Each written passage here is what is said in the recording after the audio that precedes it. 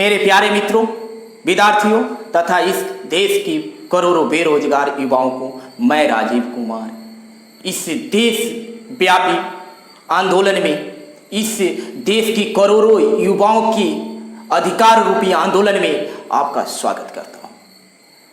प्यारे मित्रों, बड़ी दुखी होकर, बड़ी दुख के साथ आपको यह कहना पड़ता है कि अब वक्त आया है कि हमें इस आंदोलन में शामिल होने की जरूरत है, यह आंदोलन करने की जरूरत है, क्योंकि अब बहुत हो चुका है।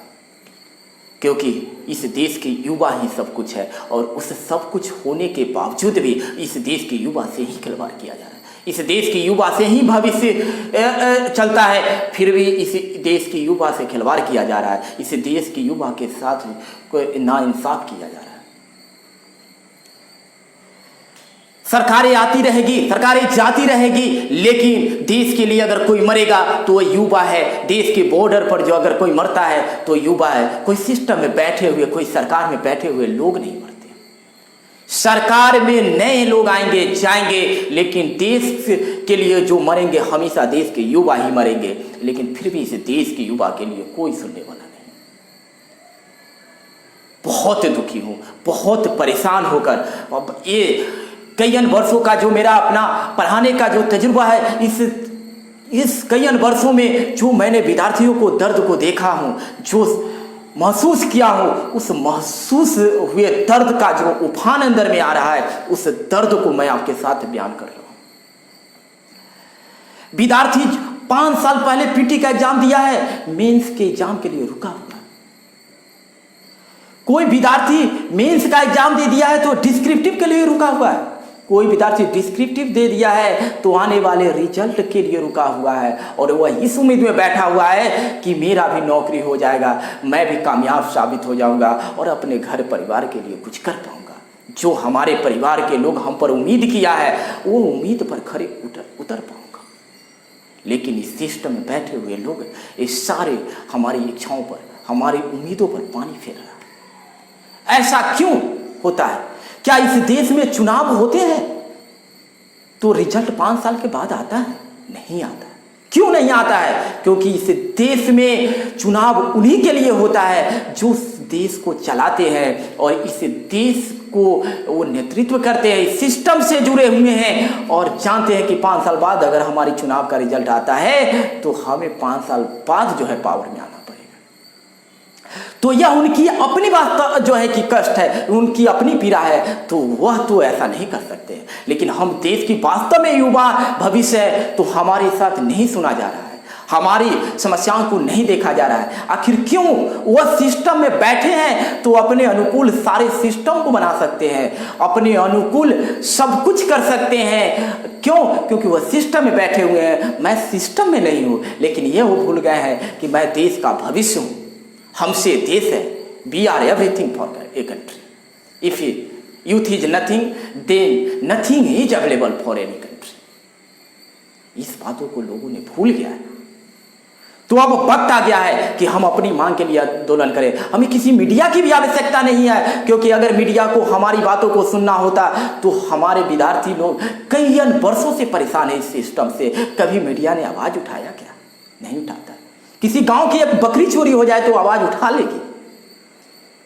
या देश की जो हमारी सिस्टम है, इस सिस्टम को नेतृत्व जो करने वाले लोग हैं, क्या सुप्रीम कोर्ट 12 बजे रात को खुल सकती है? हमारे एक देश में किसी प्रकार के कोई आपदा आ जाए, कोई जो है कि घटनाएं घट जाए तो खुल सकती है। लेकिन ये देश की भविष्य के लिए अगर कहीं पर एग्जाम में धांधली हो जाती है, कहीं पर कोई करप्शन हो जाता है तो बरसों लग जाता है। सीबीआई एक दिन में आक्रामक हो सकती है, एग्रेसिव रूप ले सकती है किसी कांड के लिए, उसके जानकारी उससे जुटाने के लिए। क्या हमारी मांगो, हमारी जो धांधली एग्जाम में हो रही है, उसकी जानकारी के लिए बरसों लग सकती है?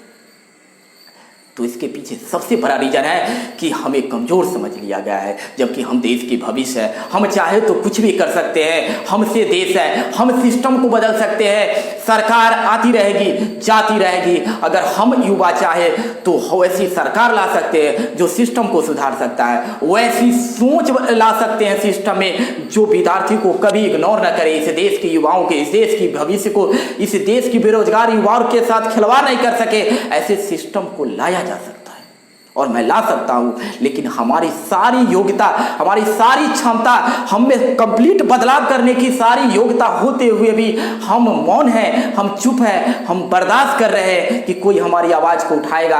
हमें आवाज़ उठाने की ज़रूरत नहीं है, क्योंकि हमने जिसे चुना है, हमने जिसे नेतृत्व करने के लिए इस देश में देश को दिया है, वह हमारी बातों को सुनेगा, हमारे सिस्टम को सुनेगा। लेकिन वह अपने आप में अभिमानी हो चुका है, स्वाभिमानी हो चुका है, वह अभिमान से भर चुका है कि वह इस बात को भूल चुका है कि हमने उसे वहां तक पहुंचाया है, इस सिस्टम को नेतृत्व करने के जगह तक पहुंचाया है।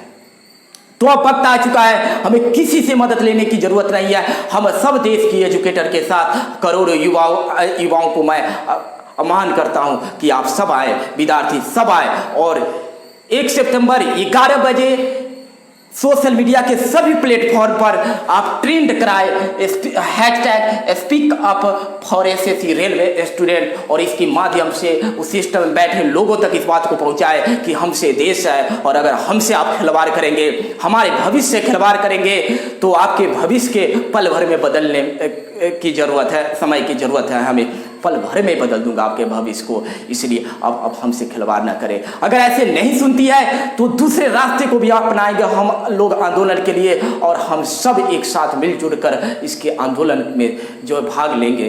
तो इस तरह से एक बार फिर से मैं राजीव कुमार आप सबको काइंडली रिक्वेस्ट करता हूं कि आप 1 सितंबर 11 बजे speak up for SSC railway student को इतनी ट्रेंड कराए कि सिस्टम में बैठे लोगों तक इस बातों को पहुंच जाए कि अब जो सही में इस देश की वास्तविक भविष्य है, उस भविष्य के साथ खिलवाड़ नहीं करें। अन्यथा देश की भविष्य अपने आप खुद लिखने की क्षमता रखता है, इस देश में अपने अनुकूल सब कुछ करने की क्षमता रखता है, इस देश में अपने अनुकूल सिस्टम बनाने की क्षमता रखता है, किसी पर निर्भर नहीं रहता है। तो इसी के साथ मैं राजीव कुमार आप सबसे विदा लेता हूं। Thank you, all the best for your future.